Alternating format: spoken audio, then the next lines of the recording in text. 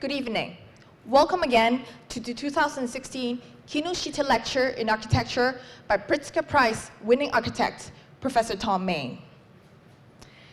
I'm Vivian Lee. I'm a Year 1 student in the Masters of Architecture program in the Chinese University of Hong Kong.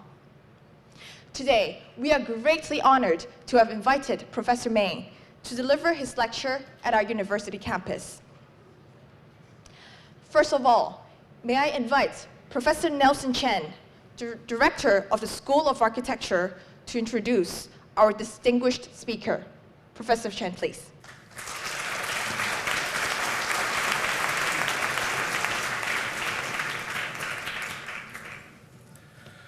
Distinguished guests, faculty colleagues, students, alumni, and friends of the School of Architecture.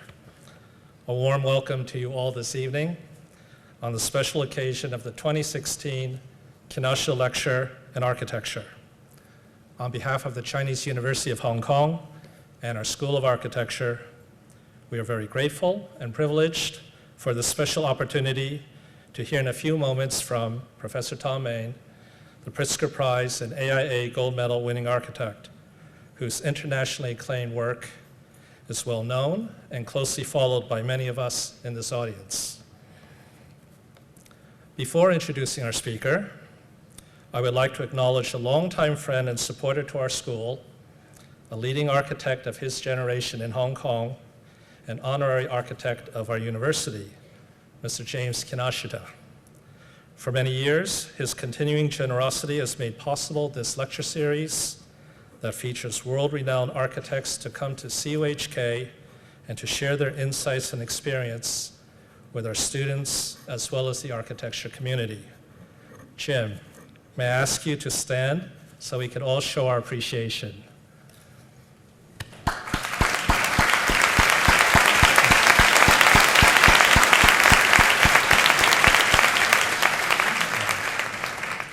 And now, it is my great pleasure to introduce our guest speaker, Thom Mayne from Los Angeles, who founded his practice Morphosis in 1972. For over 4 decades, his firm has been dedicated to being a collective architectural practice committed to cross-disciplinary research and design, now with offices in both LA and New York City.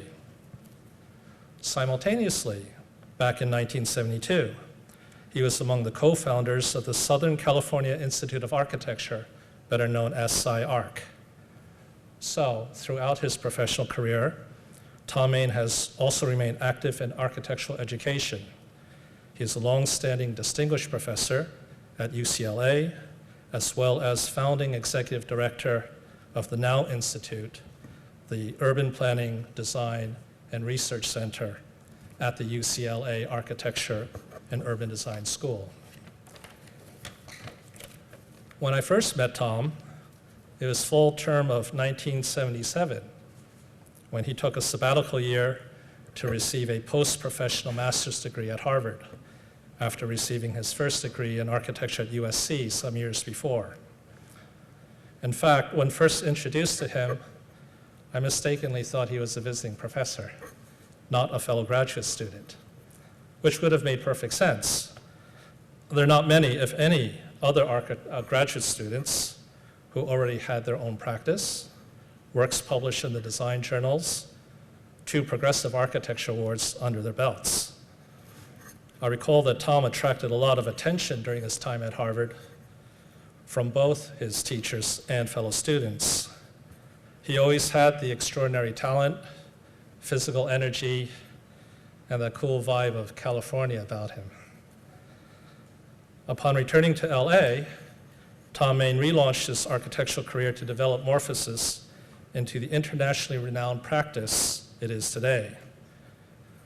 The rest, they say, is history, or history very much in the making.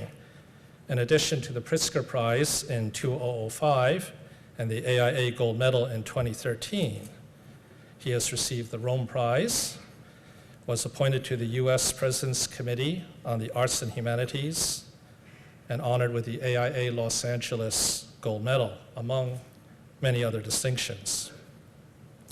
Regarding the Pritzker Prize, he is the only American architect selected among them during the last 25 years.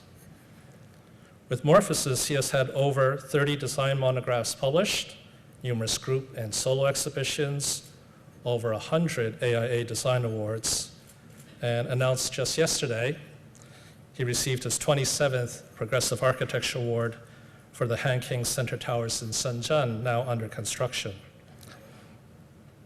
In recounting Thom's numerous achievements at the pinnacle of our profession, it's important not to overlook decades of commitment and tenacity to get in the position to capitalize on opportunities when larger design commissions finally arrive.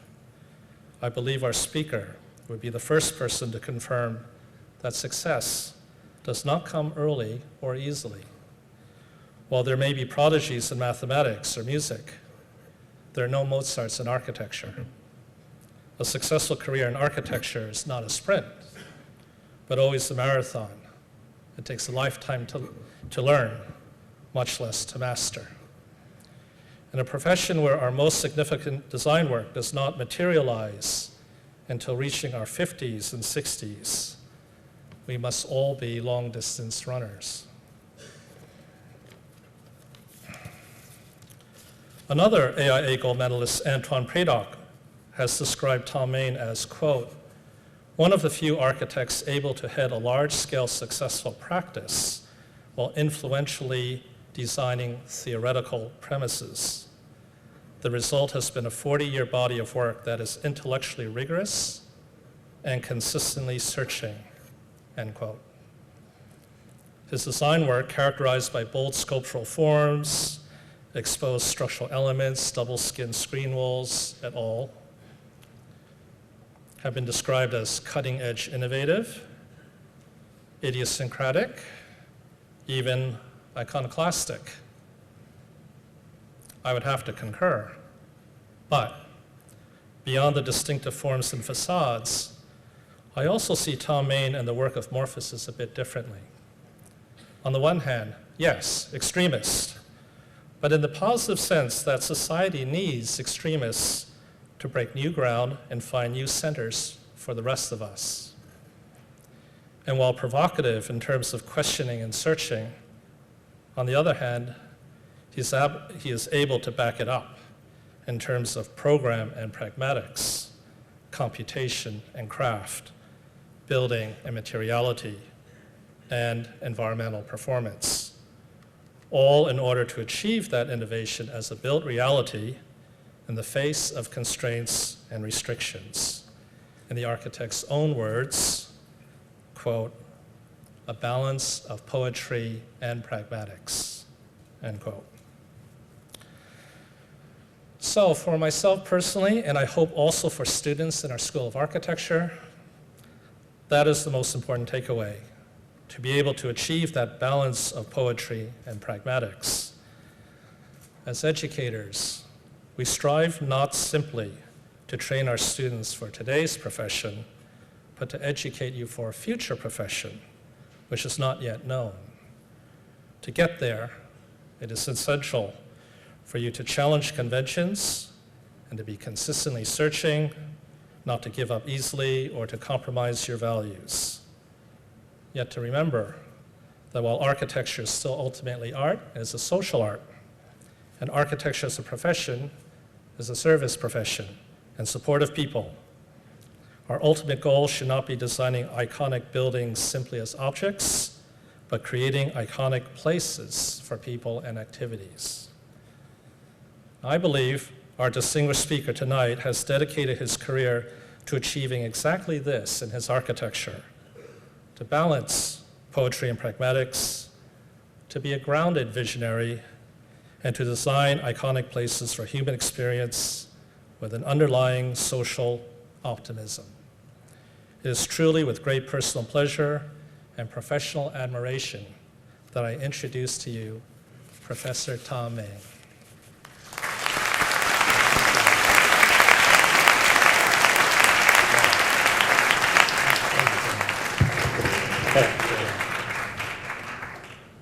Thank you so much. Really, really lovely. it's really kind of interesting being here tonight. That we were classmates, and I haven't seen this guy for 38 years. And I show up here, and here we are. And we had a kind of a fascinating group of people we were working with at the time. I have to say, I have to tell kind of a personal story. By the way, I hope this is a chat, in no way a formal kind of conversation. And it's between things. I literally just came from a very rough kind of meeting, and I had to kind of get myself, I actually needed a couple of shots of scotch that had helped a lot better. And a very tough meeting, and it's just, it's part of the world of an architect that's balancing one's own private, subjective life with finding some sort of a constituency in the outside world of what they call reality. I have to add one little piece to your story. I applied to Harvard and I couldn't get in. And I applied again and I got turned down. And a third time, I got turned down again.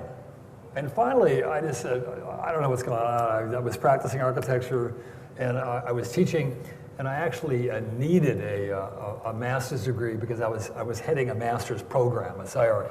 And by law, I was supposed to have this, which is nonsense, of course.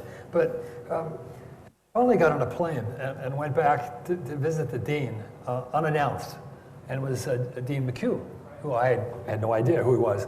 And I show up and go, oh, I'm Thom Mayne from LA, and I came to see Mr. McHugh because I want to chat with him because I'd like to get in your school. And of course, you couldn't get past the secretary. She says, I'm sorry, you don't have an appointment, I can't see him. So I just sat down and just waited until he showed up and, hey. And we chatted, and that was the end of that story. But I couldn't even get in the bloody school. I put together a series of images that I just shifted from a lecture I'd put together that was actually a bit more formal. And that is for you, the students particularly. It's become apparent to me in the last couple of years that I can't really explain the current work in any way that's useful. It's become part of an investigation that's taken place over 4 decades. And that's what I've done is I've put together a series of those decades. And the first ones, I wasn't doing much. I was thinking and I was teaching. And I was trying to understand what architecture was or wasn't. And I was formulating the program of architecture, and I'm a person that came out of the 60s, and there was a huge amount of activity taking place within the social, cultural, political realm, and which was very much predominant and absolutely had an effect on me. And being in the US, very particularly so, because there were things happening that were so fundamental. My generation did not want to go to Vietnam. There was the huge cultural process taking place, which was sex, rock and roll, and blah, blah, blah. There was, of course, the political. It was the Kennedys. It was the Martin Luther Kings. There was the beginning of the gender politics, et cetera, et cetera. And it had a huge effect on me. And then with that was an explosion in film, both film and in the art world. And I was in LA, and I was very much part of that very early on. I was living in Venice, California, and it was a part of the center where a lot of these people lived and acted, and it's where you just kind of hung out with them. And it had an effect on me. I'm going to show you 2 incredibly simple things that came from my undergraduate education. And they, at this point in my life, they've really important to me because of my professor. And that one of them his name is Ralph Knowles. And I called him recently, and he's quite an old man right now. He's approaching 90. And told him that, and we've chatted over the years, that how much I appreciated him, and I wanted him to know how important he was to me. Because at 70 years old, at 72 years old, I'm still working with a problem he gave me. And that my goal as a teacher is to have the same kind of power he had over me, that he could actually start a project. And I would have said one of the conversations tonight having to do with practice will be project and practice, the relationship between your conceptual, intellectual work and your practice. And I think that it's an issue today in the university, and it's an issue within the practicing community, that there's been a disconnect to some degree. And I'm completely, totally committed to the connection and the importance, the impossibility really, of separating those two aspects of your work and your thinking. And so here I am, and he gave us a square sheet of paper, and we're going to put a dot in it, and it was going to organize the piece of paper with one dot. And amazing project. 90% of the people put it in the very center. Classical, right? It's the 19th century, right? And then a few people put it in another spot. And then in fact, when you kept looking at it, it couldn't be on a diagonal because that's also symmetry. And it was about differentiation. And differentiation, of course, was started at the beginning of the 20th century with the modern view of dynamic life. And whether you look at Nietzsche or Freud or Einstein, or of course in the beginning of painting with Braque and Picasso, et cetera, it was looking at a dynamic world and a world that's organized through differentiation. Incredibly simple idea. Yeah? And then right with that, we were doing these projects, and they were physical environments that were responding within a logic to the forces of nature. Wind, water, sun. And he got us involved in something else which had to do with an architecture that's responsive and generative from, in this case, a natural set of forces, but one which represents the complexity of multiple inputs, multiple forces that makes the thing that we call architecture that's going to lead to urban design and larger scale work. And was challenging any notion of singularity. And again, he was a character that was interested in challenging the classical model, and it was attacking the classical model, no different than years later, you could do, whether you looked at a Duchamp, whether you looked at Pollock, or whether you looked at a Robert Irwin, you're going to find the same conversation. That's a 20th century conversation, right? And then with that, automatically goes away perspective, anything having to do with singularity. And so you'll look at the first time I worked, never have I drawn a perspective until recently, because now it's a commercial. It's just total nonsense, because people, I just came away from a meeting, and people actually think they're looking at a drawing of a perspective that's the building, which is the most totally preposterous idea in the world, and they actually think they understand what they're seeing, and it has absolutely nothing to do with architecture. It has to do with a vague, abstract image of something, right? That's posing as a vague kind of imitation. Anyway, these two things I'm still working on, right? I'm actively engaged in these first two ideas. And so I'm going to take you now through just an insane amount of work, and what I'd like to do, and I'm going to end with drawings, is explain the work through a trajectory of interest. And again, it's going to be where practice and academics intersect. But in my case, the practice is going to lead the interest. It's much more, it has its own direction, simplicity to complexity, small scale, large scale, et cetera.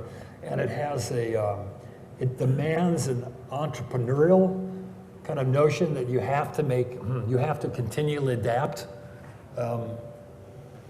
Darwin said it's neither the smartest or the strongest that survive, it's the adapters. I believe him, he's correct, right?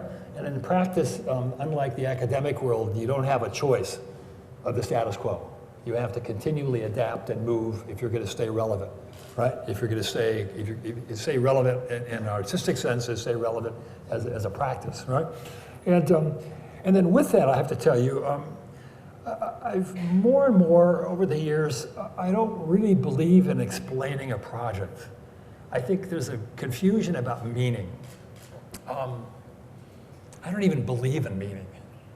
What we talk about in terms of meaning, if I'm going to explain a building and say it's rooted in some rationale, it's really a subjective meaning. It's a meaning that's useful to me because I need that to construct an argument. That make sense? It doesn't mean that that's what it is. It means it's useful in constructing an argument because architecture operates within broad abstract terms, and if it's operating properly, and if it's outside of the typological world, etc., its meaning is subjective and is connected to the individual and the person that brings meaning to it. It's why beauty is so interesting to me, because my first notion is it's like religion in a way, and somebody says, I believe in God, and my first question is, which God? It's the first logical question. And with beauty, it's the same thing. Whose beauty? Which beauty? It's a cultural subject, and it's highly relevant. So when we produce something, and we produce it within, let's say today, a global culture, so many of us are looking at the similar structures of how we produce physical things, right? And idea structures I'm talking about, that its final observation is absolutely subjective and highly differentiated based on the viewer, right? And it's the way it should be, right? And so what I'm going to do is I'm going to take you through a series of notions, and I'm going to give you my interest. These were the things I was preoccupied with that have to do with the various territories that make up architecture. Intellectual, conceptual, urbanistic, tectonic, etc. And so here I am, and I'm just beginning architecture, and I'm a bit confused.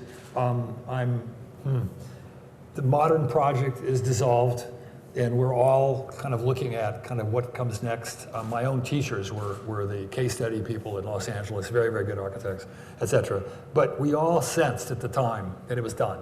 I was sneaking over to UCLA in my last year, and I met Peter Cook and Heron and the Archigram boys, and I just sniffed as a kid that that's where the action was, and I'm looking for something like all of you are, kind of what is the currency of a particular time, right?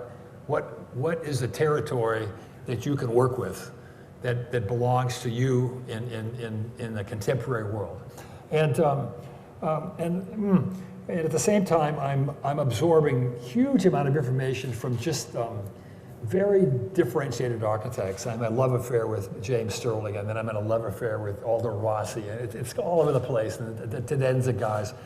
And I do this little house, and I'm interested in this kind of Platonic kind of notion. I just came back from Harvard, actually. I was working with Matthias Ungers, and that's a whole story in itself. And we do this thing, but what came out of it, the little house and the thing, was this first little simple project I did, and was actually how it was made. And I got interested in understanding that the thing was so simple that it's made through a series of component parts. And we made this drawing, and we built it. And at this time, we were building our own things. We were constructing, et cetera.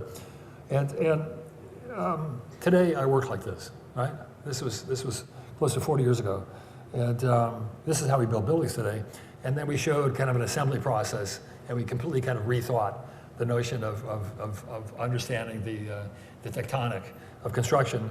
And then right after that, we're working on another residence, and it's not a single building, it's a series of things, and I'm moving, and I'm interested in the urban, and I'm interested in the connective tissue more than I am in the object.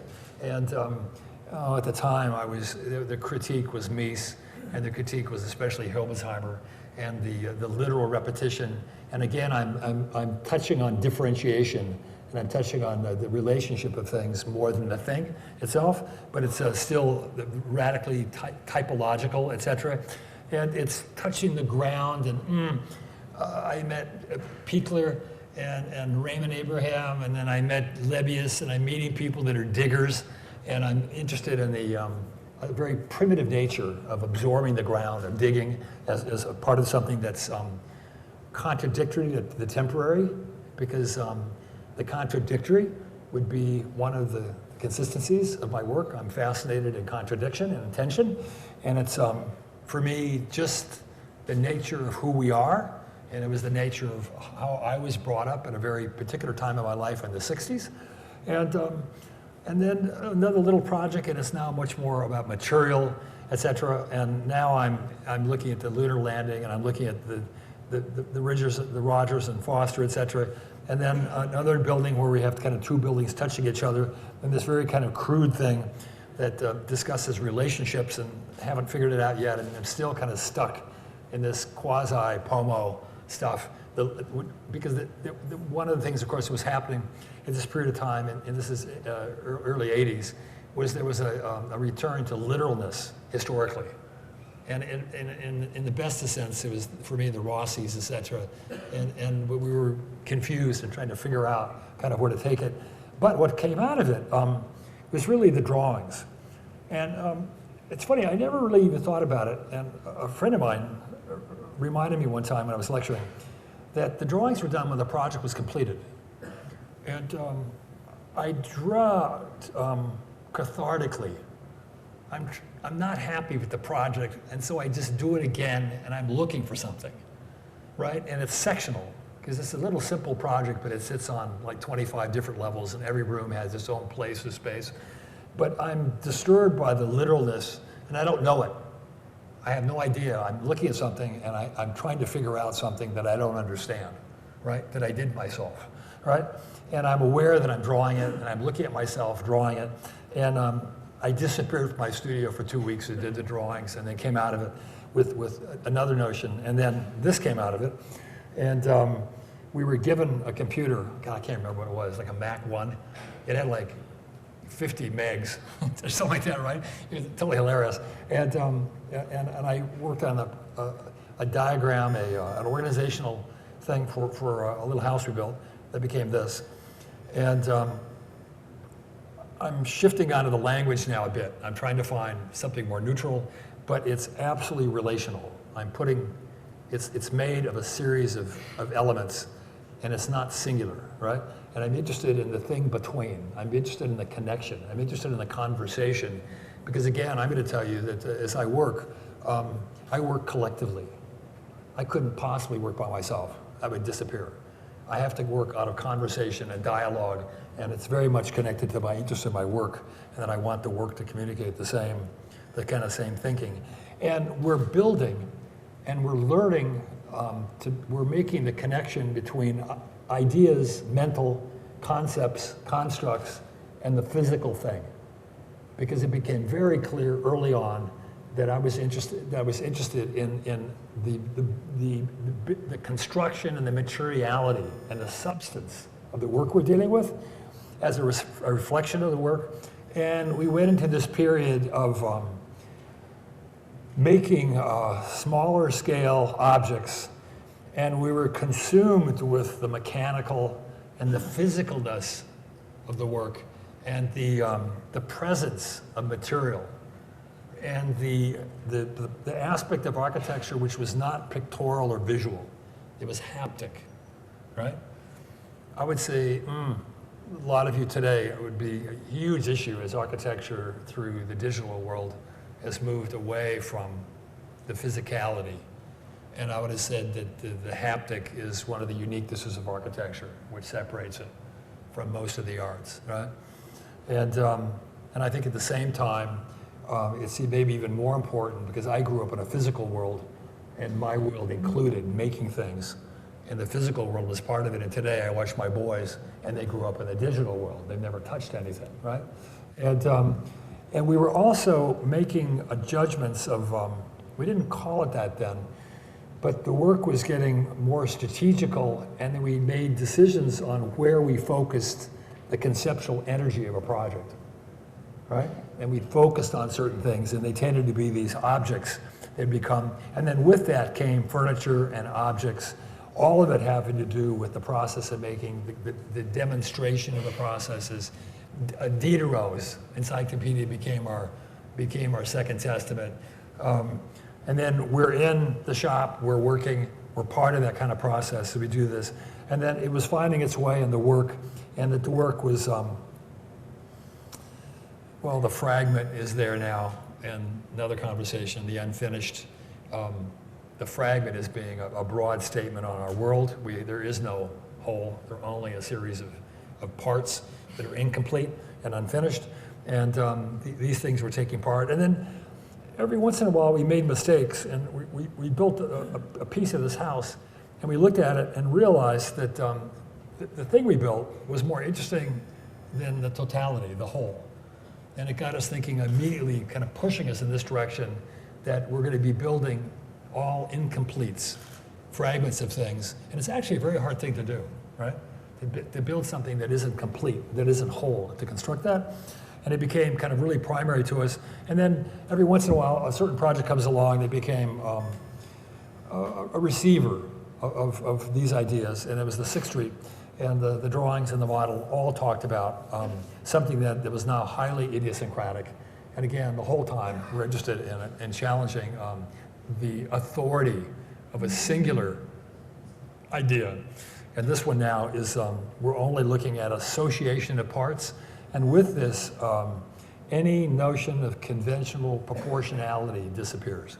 We're no longer interested in any, that's also a part of the pre-modern kind of period. And we're looking at an architecture made of associations, and the connections are much more complicated. And they're going to be much closer to a literary sense of connection than they are to a visual architectural one. And it's showing up in our built work as we're now building an architecture of multiplicities that are represented through fragments and through connections. That site, building are now closer and closer singular, and we're going to reach a point very quickly where we're going to operate on the site. And with this, a lot of these interests I'm taking back to the academy, but it's the work that we can achieve as young architects. It's as simple as that. There's nothing beyond that, right? And at the same time, we're working on competitions, and we're anticipating the larger work, and like all of you, it'll be done through competitions and through proposals, and our work for the American Gedenkbibliothek, and we're now dealing, we're dealing with, again, the type of work now that can accommodate our interest in the multiple forces of a city. So it's not only not singular, but it represents all the interpretations of the complexities of a site, both found and invented. And with that is coming another strategy of land. And we're now starting to shape the site. And we see the site as part of the project. So it's a building that literally is embracing and configuring a site within a purposeful way versus the arbitrariness. And again, it was a period of really intense drawing, modeling, conceptualizing through our drawings and models, and rethinking even the status of what a drawing is and what a model is, etc. And they were becoming more and more hybridized. And again, the model here that represents the organizational idea, which was also coming from different ideas of music and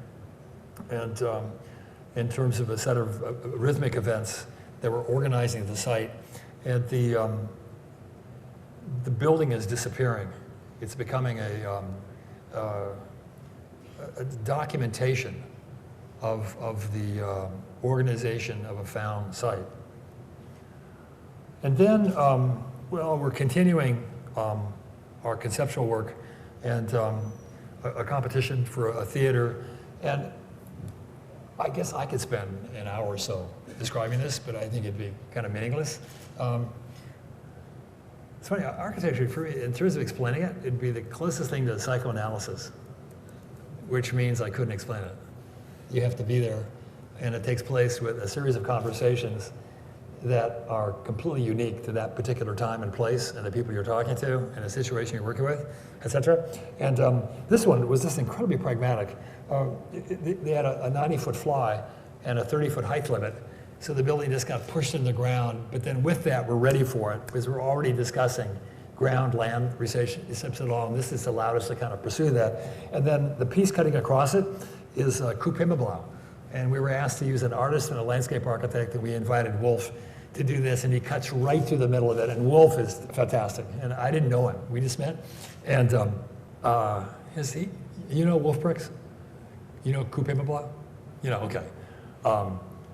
I thought I knew him a little bit. I knew the rooftop, his first project. And he comes in, and when he cuts something, he makes sure he finds the most important part of the project that he's going to slice in half. And his notion, he's just going to fuck it up. And it's just complete. And when he did this, first I was kind of startled, and then I broke up laughing, and I just said, okay, I get it. this is the guy I'm working with, and this is the game we're going to play as we go back and forth, right? And then we're working on a competition for the '84 World's Fair in Vienna, and now the land thing is become just about institutionalized, and the models you're looking at in the upper left, ground and building are now singular, and we've dismantled figure ground, and they both play an active role in the organization and in the functionality of a large urban scheme, and it was now going to be a project that we're still working on. And then right after that, the Chiba Golf Course in Japan, we're now full on and working with the notion of a hybridized relationship of architecture, which is both land manipulation and building. And then right after that, we won a competition for a school, and it became kind of part of this language. That was, and well, something else is happening now. The digital world is entering the office, and of course that's changing everything. And I guess I'm speaking to somebody that couldn't possibly understand it, but the pre-digital, you actually have ownership of the work. You've drawn every line, right? And so you understand the nature of section 3D, and now I have to constantly remind myself when I'm working with you as students that you draw 3D and the section, whether it's a plan, it's a Catscan, whether you call it a plan or section, they're all sections, are the results of a 3D thing that it's very possible you haven't got a clue what it is because of the power of the tool you're using, right? And again, I'm old school. I had to actually draw it line by line. And so you took responsibility for it, and it was also very time consuming, right? So you thought about it a bit. And it's actually, I think, fascinating what's going on right now. It's really important to understand that something as simple as that. And so here we are now, and we're now on a computer.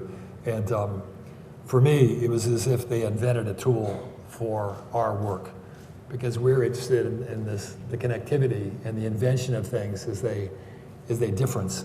I guess today differencing would be the term. And it was just insanely time consuming, right? To put complex things together, right? And to see the results of that. And today we could do it hundreds of times, right? And we have an ability to do that. So here we are here in Vienna, and we're drawing a bit, and the drawings are starting to be kind of diagrammatic as we work over the computer drawings. And then when we were doing this, I started realizing, okay, I'm in a territory now that I'm producing things that I couldn't imagine, I couldn't draw, etc. And it was a huge shift in terms of what was happening in terms of the language. And then again, in Udine, a similar client, and we're now kind of digging in the ground, and we're forming new layers which perform the public space. And it's going to be something now that helps us organize and deal with the perception of a large complex. And then other things are happening. I'm building a Korea, and the computer now is allowing us to operate in a very different way, where we can organize a surface that in this case is connected to kind of the depth of an issei miyake and the organizational characteristic of origami.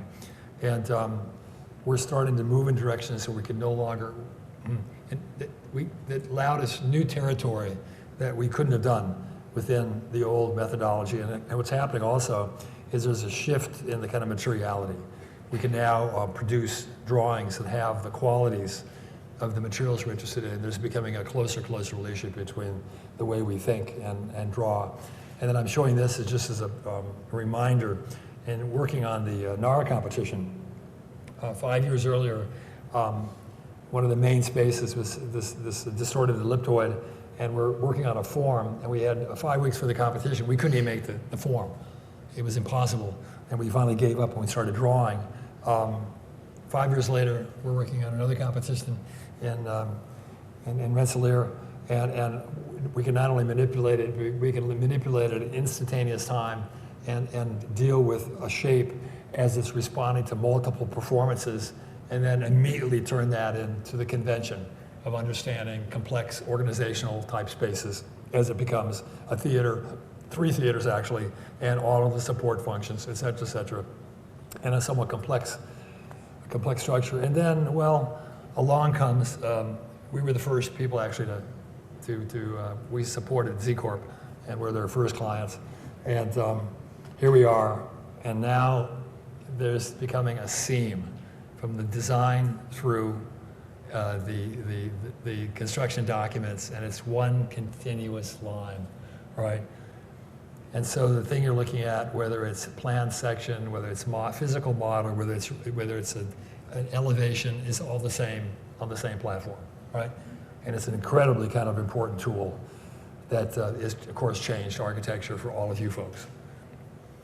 And then,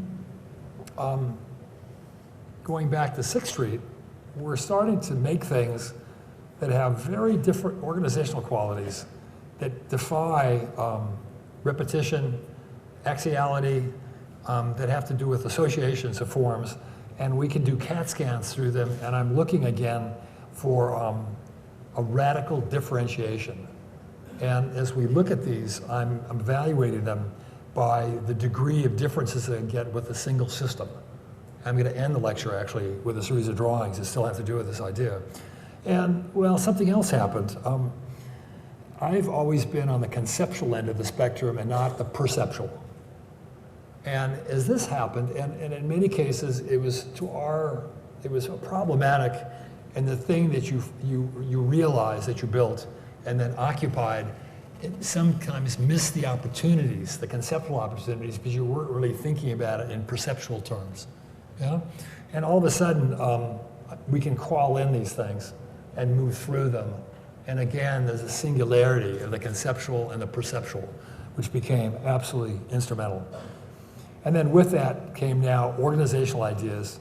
This is a design center in Taipei. And I'm showing it specifically because we're now looking at something, we can take an absolutely random space, and what we're looking at is finding coherency in that space through a perceived language made up of 4 elements.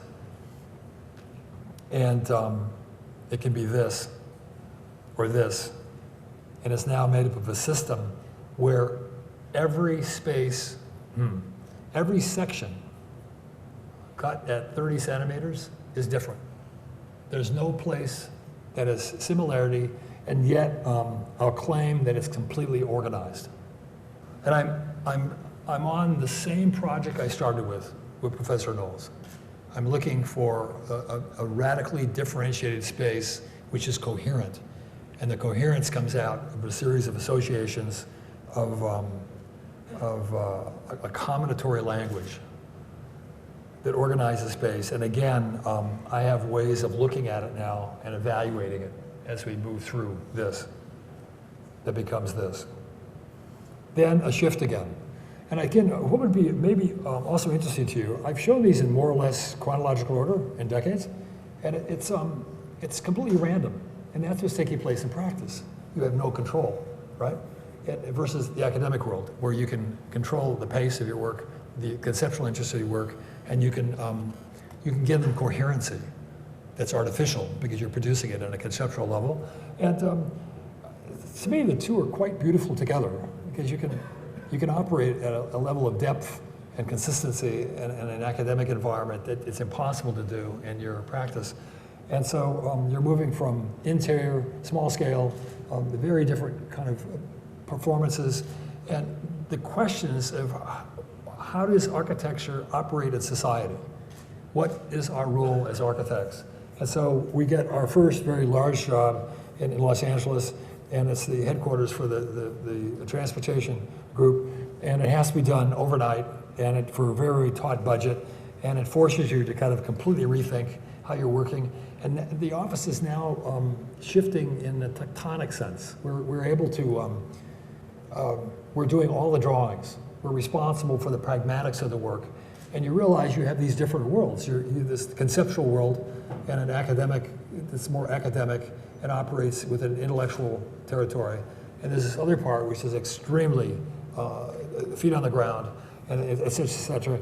And now the drawings you're looking at, the 3D drawings, et cetera, that are figuring this out, are absolutely essential in the constructional process, and it moves to that. And we're making public space, and it's Los Angeles. We're trying to make a dynamic space, and the surface is actually a screen, and it's a receiver for information, and it's going to be definitely part of the effect of cinema, the effect of the dynamics of an urban kind of environment, and the facade is going to be infrastructural in itself, and the human being is going to be kind of used as a building material. And then right after that, we're in Madrid, Spain, doing low-cost housing. We're building it for like $60 a square foot, absolutely for nothing. And it's it's a really tough social problem. And they're putting them in, I don't think I have it. I do. They're putting them in institutional boxes. And for us, it seemed like much more appropriate for an office or commercial environment, et cetera, but it was the wrong organizational strata. And here we're looking at kind of the translation to this as something that has a large degree of surfaces, and then we can find a scale relationship that belongs to the residential world, et cetera. And I had these backwards. And we do this, and this is the bottom of social housing, very small. We were able to add outdoor space to over half of them, that actually doubled the size of them. And we put the people with children were on the ground and had communities, and those communities broke up into courtyards, and they had neighborhoods, et cetera. And all of a sudden, we're in a completely different type of project. Tectonically, simple, right? And very, very taut, right? It's a social, cultural project, and it's participating with city making and with the social needs of family structure. And so we're starting into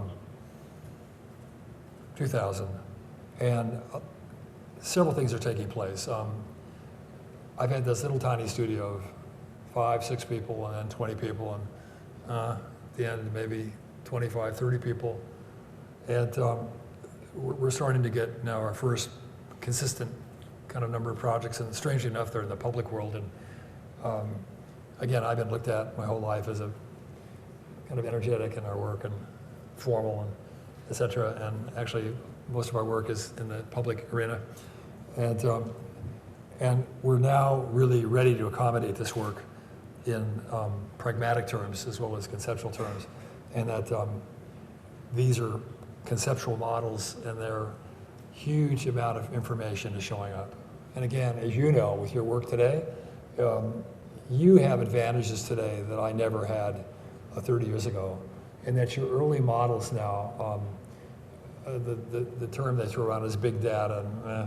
And, what's taking place is you can put a huge amount of information earlier and earlier on the process, and it becomes extremely important in terms of if you're going to become practicing architects, and that you can, it's moving from the purely conceptual, ideological, and it's matching its connection with usefulness, with an agreement by the outside world, let's say, right? And if there's any specific territory of architecture which is unique, is somehow balancing your private world, your internal world, your interpretive, subjective world with the outside world, and coming to some agreement. And of course, you as an architect, the discipline itself can operate and move much quicker than society can adapt. There's always going to be that tension, right? Because the world is going to move much slower, and it's going to be connected to a status quo in all types of levels, right? And that is going to be your dilemma your whole life, is coming to grips with that alignment or lack of alignment, right? And the thing about this is it puts it, you can develop an argument that's quite useful for developing that alignment with the outside world. And so now we're dealing with buildings that are hugely performative, urbanistically, environmentally, et cetera. And we have this incredible site at the 7th Court of Appeals in San Francisco. And everywhere you're going to see the ideas of the idiosyncratic, a different notion of organization, the challenge of any convention notion of relationships, And at the same time, it's going to be kind of highly performative. It has a kind of a major space. This is the kind of U.S. government's building in San Francisco. It's a 200-year building, and it was meant to represent that. And we're moving further and further along with performance. And at this point now, there's been a shift also, that the earlier work was much more purely architectural, let's say. And it had minimum performance demands because of its scale, et cetera. And as we ramp up now, the buildings are, and the shift of the perception of our office was changing from a formal, kind of a very aggressive formal office to an office that's interested in a studio that's interested in broad performances, because we can discuss it in social, cultural terms, we can discuss it in environmental, urban terms, in infrastructural terms, et cetera. And it's having a huge effect on the studio itself. And we took the air conditioning out of this building, first building in the United States. We took the air conditioning out. And we can show you, it powers 600 homes, right? And then a competition in Cincinnati, and now we're working at a large urban scale. And again, we're producing drawings and relationships and complexities that would have been impossible without this progression. And we're translating the conceptual into constructional, into the complexities of the reality of the building.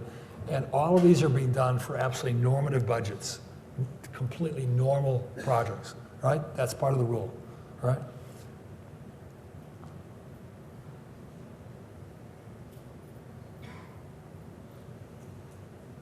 And other things are taking place now. We're actually winning competitions at 2 courthouses, which might be considered the most conservative kind of project in the United States. And my client, who didn't want us, he's the Chief Justice of Oregon, showed us, of course, the Supreme Court, Cal Gilbert, and said, actually, that's what I want. And I said, oh dear. We can find aspects of that that are essential in the structure, which we did, but we're going to build this. And, but we're able now, you're going to do this.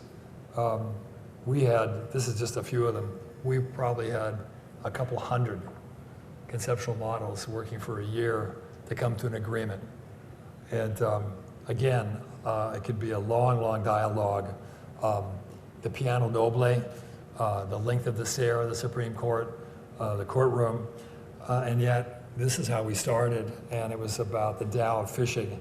And I went through an organizational process that showed him the dropping of the line through a completely random kind of notion, and we were having discussions of the constitutional law. And he's the closed reading, and I'm the open reader, and I'm interested in, again, chance behavior and randomness and openness, et cetera. And we're having long conversations about the nature of this as a symbol of the third branch of government of the United States.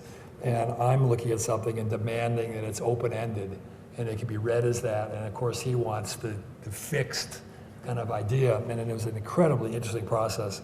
And then again, we can work with surfaces, and it's kind of free now, right? I have the tools to work with. And at one point, we were going to document the Constitution, the Bill of Rights, and we couldn't kind of make that work. And we built this. And when you get there, you understand it, the court. And again, that would be a 2-hour conversation. The bench, we spent 4 months on, and it represents a certain Midwestern, puritanical, very American notion of civility and a correct amount of respect, which is very parallel to religious institutions in this case, to the court. And it has incredible kind of nuances which we bring. They would absolutely connect it to the history of the single-room courthouse. And then the shape holds the process, and we pushed the jury slightly out and made it theater. So you're not really, you're looking at the prosecution and defense. And then we took a trip to Paris, and I walked them through both Bordeaux with Richard Rogers and with Nantes with Stark. And of course, Stark is Stark, who is fabulous. He's worse than Wolf. He had this tiger cage lighting that's blue fluorescent light, and it looks like you're dead, and the courtrooms are this red color. And I remember my judge went in, the chief judge came in and shouted out, guilty as charged. And he was with his counterpart in France, and we were joking about it. And I brought him there to show the power of architects. Because in the US, different story, to understand that architects have a role in a conversation. And out of that came the guillotine, the light that separates the prosecution and the defense, and that's over his head as he's making the decision. And it ended up being kind of just a fascinating conversation. And then we won the Far Tower in Paris. Incredibly interesting project. And towers are kind of simple projects. And we were very lucky, and it was a very complex site, a kind of a non-site. And the site really developed the idea. And it's an incredibly specific project, and it was a really interesting competition. Kind of everybody was involved in it. And we won it kind of hands down, and I don't say that bragging, I just say it because that's how we won it. And because we were unique, and just about everybody tried to put a universal tower on it and augment it, and you couldn't do it. And we started with the site and developed something incredibly unique for this site, and then developed something that was not extruded. As you look at it from different positions of the city, you keep seeing different things. And it's urban.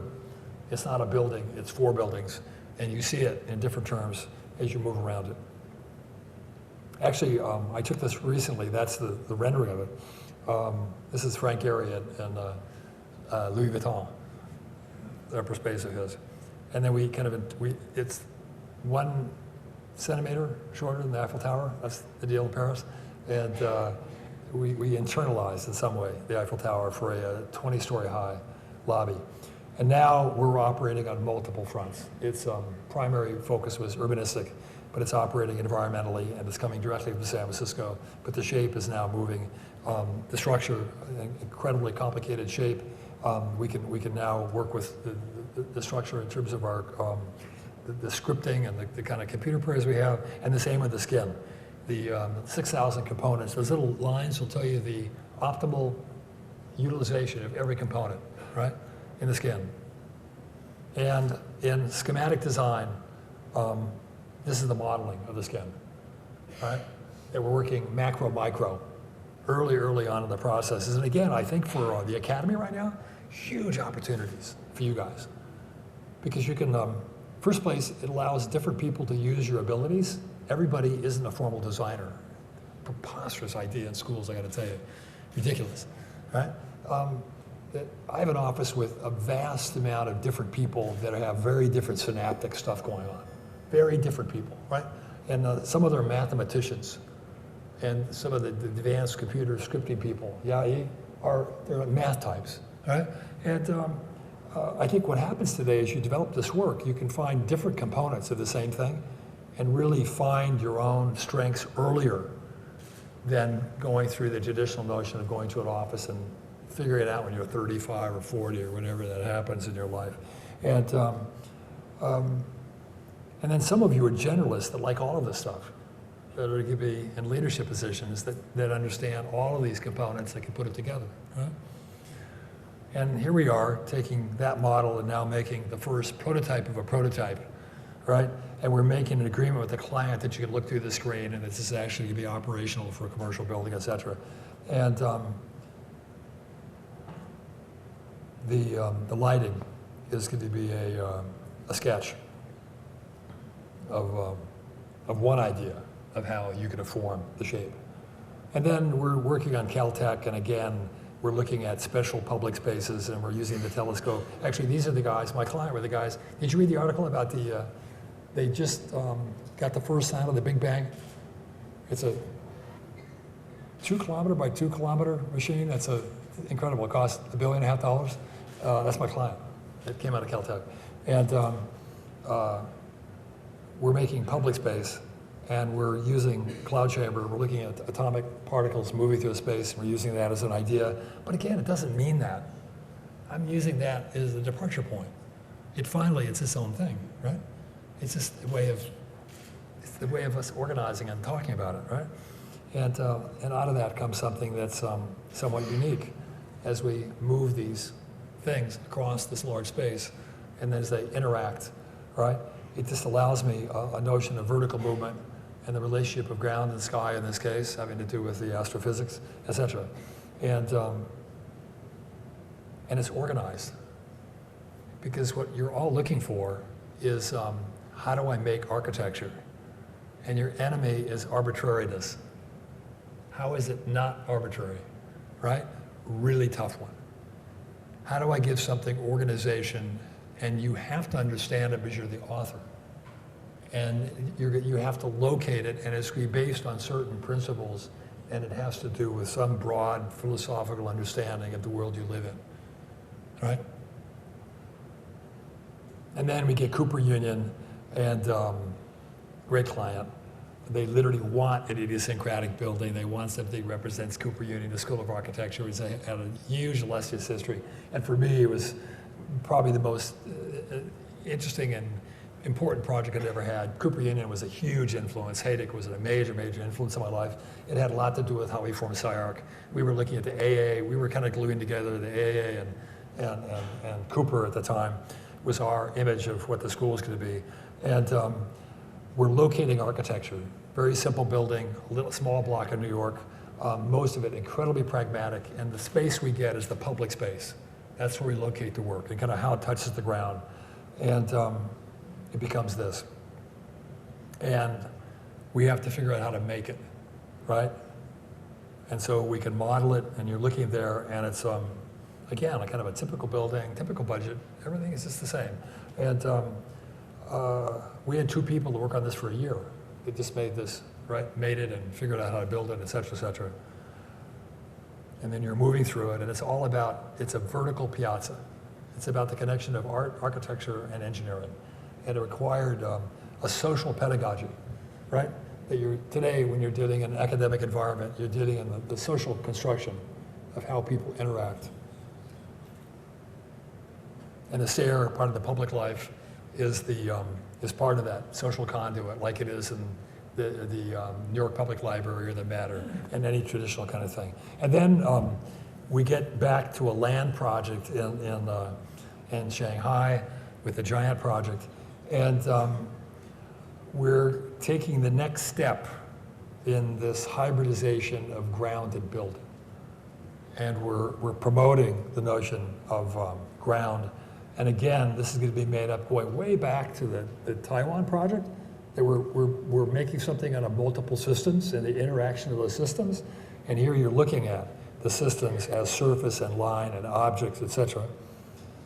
And as they take place, right? And we're finding an incredibly fluid, malleable language that's commensurate with the kind of the demands of program today, which are changeable. And nothing is fixed. I can move any component without destroying the basic idea, which is the idea, right? That there's no, we've completely broken down any sense of hierarchy. Every place is differentiated, but is allowed the fluidity of its location. And it's about the interaction of these spaces that turns into a plan. And then here it is in section, all about augmented land, augmented landscape, with this one element that is a bit more aggressive as a counterpoint to what you might say is the passivity of the landscape environment. And then again, we're modeling it, and we're putting it with instructional models. So my design team is working with OVERIP, and it's a single effort. The engineering, the mechanics of the project are working parallel to the design. And again, we can take the various elements apart, and we take responsibility for their fabrication. We're not asking somebody to solve our problem. We sit down with them, and we have that conversation. Farm and urbanism, landscape and urbanism is a singular thing. And the language is now coming directly out of the process. not drawing compositionally and not controlling it. It's coming directly out of the process. It's Pollock as his drop paintings. And there's pieces that are urbanistic, a connective tissue across the highway, and its function is connection. It doesn't do anything. Had a nice client. Not too many clients let you do this. And it's making space, urban space, city space, and it's interstitial. I want to show you in a minute another project working on it. I'm fascinated with interstitial accidents, found spaces, right? And nothing follows a single rule.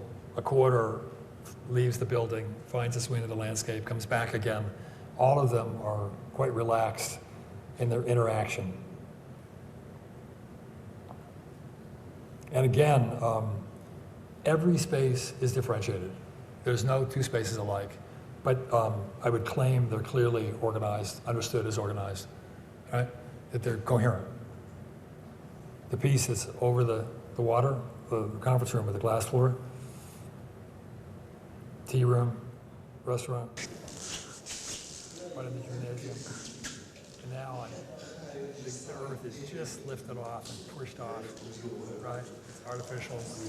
We've displaced it. Again, displacement would be a continual kind of theme in all the work you've seen. And then lastly, I'm going to end this. A beginning of an organization of a piece of land that's becoming three-dimensionalized as we add information and it becomes more specific to a particular site. And then I'm kind of working over it quickly because I'm one of the only people that even has a pencil in the office anymore. And I'm just doing notations as I'm talking to a team. And it's going to turn into something.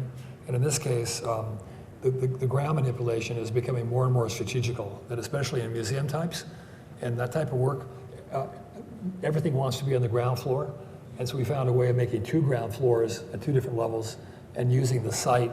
And so we solved a very kind of tough, pragmatic problem by this strategy of ground manipulation.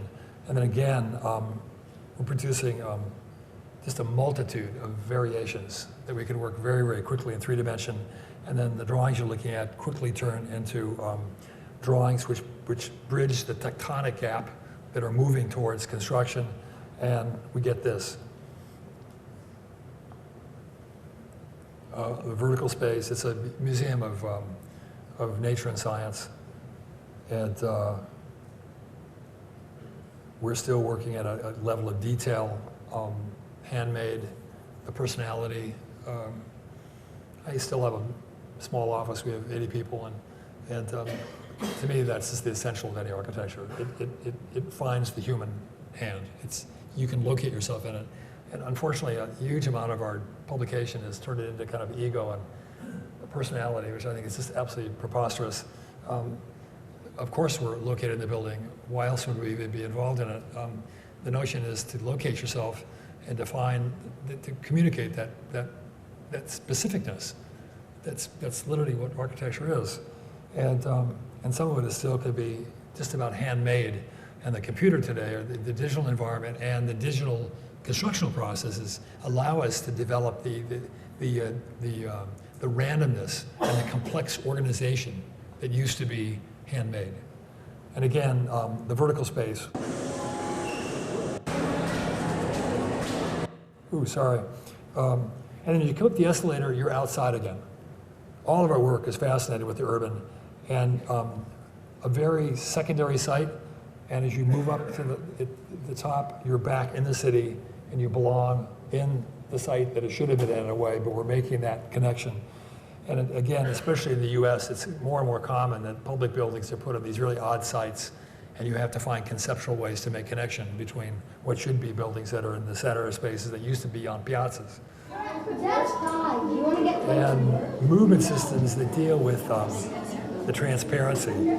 We bank elevators, and they move like a slot machine at random pieces, but you can see them connected.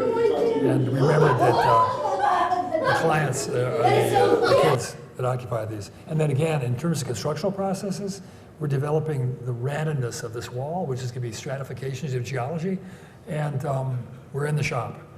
We're showing them how to make this thing. And there's Coherence. The first modules are produced in my shop, and we're producing the first small-scale pieces. We're taking them to Gates Construction, largest concrete group in the U.S., and we're producing these panels. And we produced the exterior of the building for absolutely nothing. It was like a ridiculous budget that allowed us to put that money in other places in the building and make other investments. And here it is going up. And some of it could get a bit more complex. And we've worked with them to develop these complexities and the constructional process. And it was really interesting. This is an ad advertising our product 6 months before the building was done. And it might sound ridiculously pragmatic to you, but it was actually really an important thing. Architects, as a profession, we are really, really stupid. Really. I mean, we're just, we're not in the Gates, Elon Musk category, I'll tell you that. And part of it is that we're a bit risk adverse, and no risk, no reward. And part of it, we need to increase our entrepreneurship. My wife, who's an MBA, joked with me. The first thing she said, Tom, you have royalty on this, correct? Knowing good and well. And I was going to say no.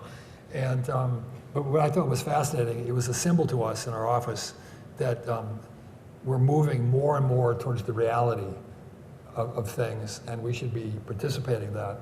And it's good news for the profession, and it's good news for our studio. And we're pursuing this, and we're just about to restructure the office.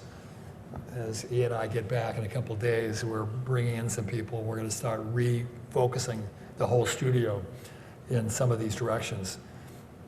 And then I think there's two things left. The Emerson School, we still draw, and I kind of can't figure out how not to draw, because that's our language.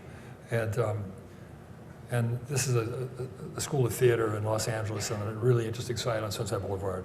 And it's a really straightforward building. It's a series of residences that produce a space for the academic. And it's going to have a huge amount of the concerns that I've talked to you about tonight. And it's going to be very much about making interstitial space.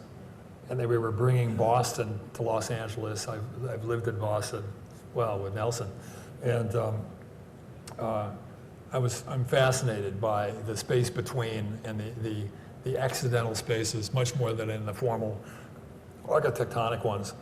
And so here we are, perfect site. We're looking at the Hollywood sign. It couldn't be a better site in terms of its positioning. And we're still involved in the surfaces and the performance of those surfaces, and now the more kind of lyrical kind of aspects of them, and kind of all these things that are this urban complex that we're building on the site. And as you move through it, you're moving from piece to piece, and you're aware of all these kind of spatial kind of connections as part of the social tissue of the project.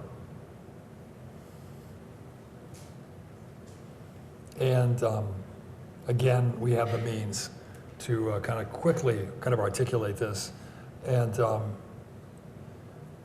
develop the complexity. So we're in Kansas City, and those are not pieces of a Boeing 737. They're pieces of the facade, and they're the most efficient ways of producing the kind of shapes we're making. And we're working with Zahner Construction, and are integral to the process of this that makes that, right? And again, incredibly simple construction. None of these are complicated. They're all really basic kind of pieces of work. And again, with the skin, we're now in about the 5th generation, and we're producing the elements. We're optimizing on the far right. We're throwing away pieces, so we're redesigning it. So we use every piece of the sheet of aluminum because we want to increase the density on the face, and we're operating at that level of nuance that we can shape and make these, and then we can number them and show them how they put them on the facade, and we're literally made the diagram of the construction detail of how they assemble them to get that.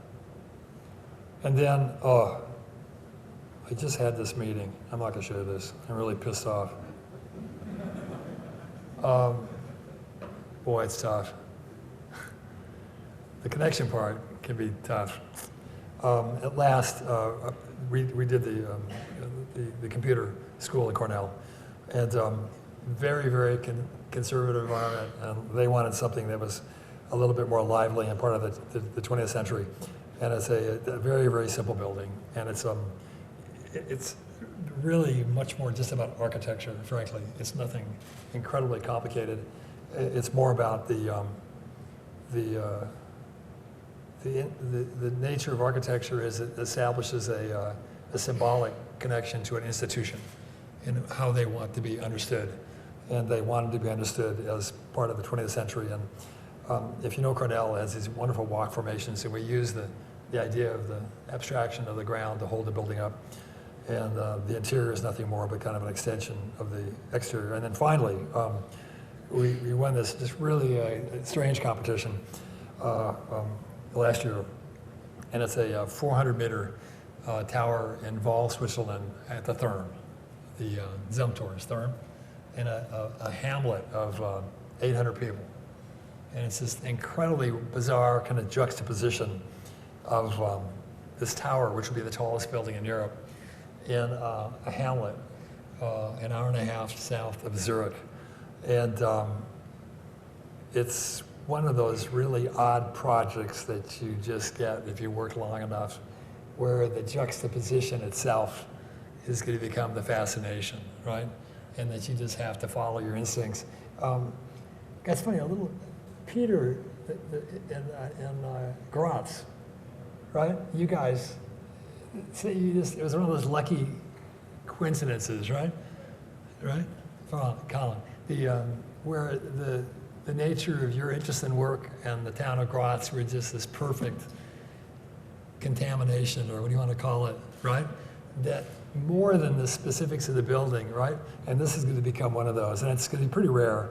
I'm actually at the, I'm kind of embarrassed to say I'm there. I'm at the Ritz-Carlton on the 115th floor, and you can't see anything. It's just, you're in the fog. And this is going to be, you're going to be 400 meters up in the middle of this incredible valley. And, but the scale of the building, can you see it? I don't have a pointer. Right in the middle? It's there. But the thing that's so fascinating, because we got pummeled in the press for this as a building totally out of scale, and we said, no, in the city it's a big building. In the site, you can't even find it. And I'm fascinated with Smithson. And we're interested in an idea of displaced landscape. And it's going to be just this really interesting kind of piece. And then I'm going to end with this kind of, well, kind of not quite end, first ending. This is a fascinating project because it's, we're working on it as kind of serious architects. And finally, this is about an ambience, a feeling, a mood. Nothing to do with all those aspects of architecture. And we had to shift the office and go, no, no, no. This is to be sensual, sexual. This is where people go to have great sex, right? It's not about everything we're dealing with. And this is the image we ended with. We won it on this image, no question. They got it, that we understood the project. That this is not an academic, it's not social housing, it's not, right?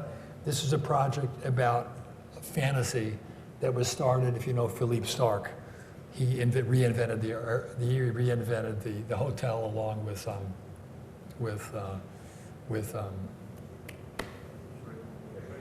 Ian Schrader, right? And turned it into, if there's anything that connects his work, it's over the topness. If you're going to look at all the work, you would say yes. The thing that is absolutely consistent is an over the topness, right? And he got it, right? And then last, and this is for you, I'm ending it with drawings, and that I've done my whole life.